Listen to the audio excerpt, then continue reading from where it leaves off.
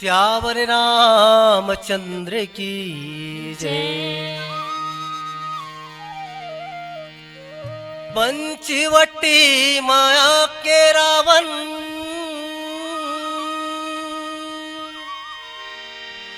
सीतला चोराय, वहरे अधर्मी पापी तोला धुर कोला झिलिया। राजा जनक के बेटी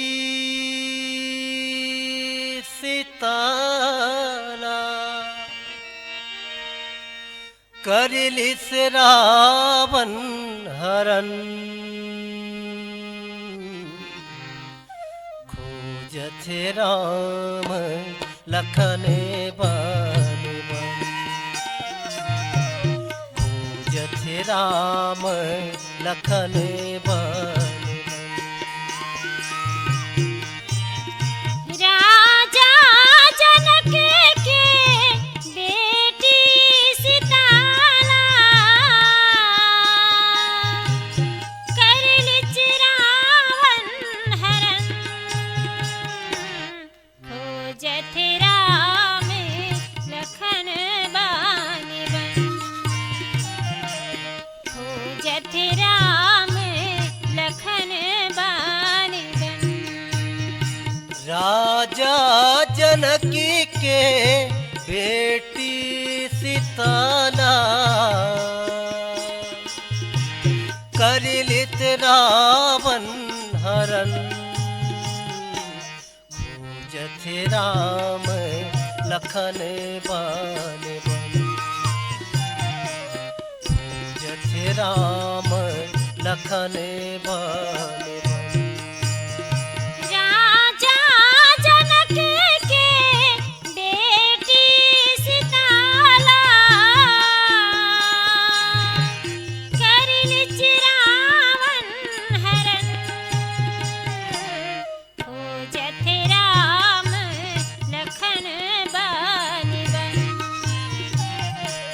खोजथ राम लखन बन बन।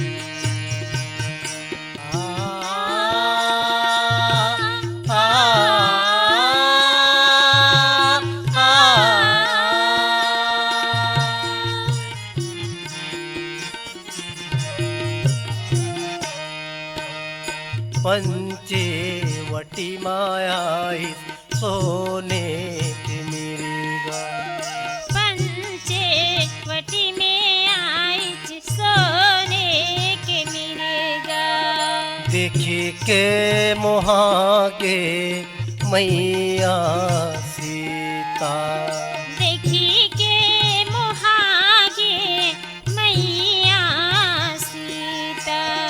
पंचवटी माया सोने की मिर्गा, पंचवटी में आइच सोने के मिर्गा, देखी के मोहागे सीता मैया, देखी के मोहागे सीता मैया।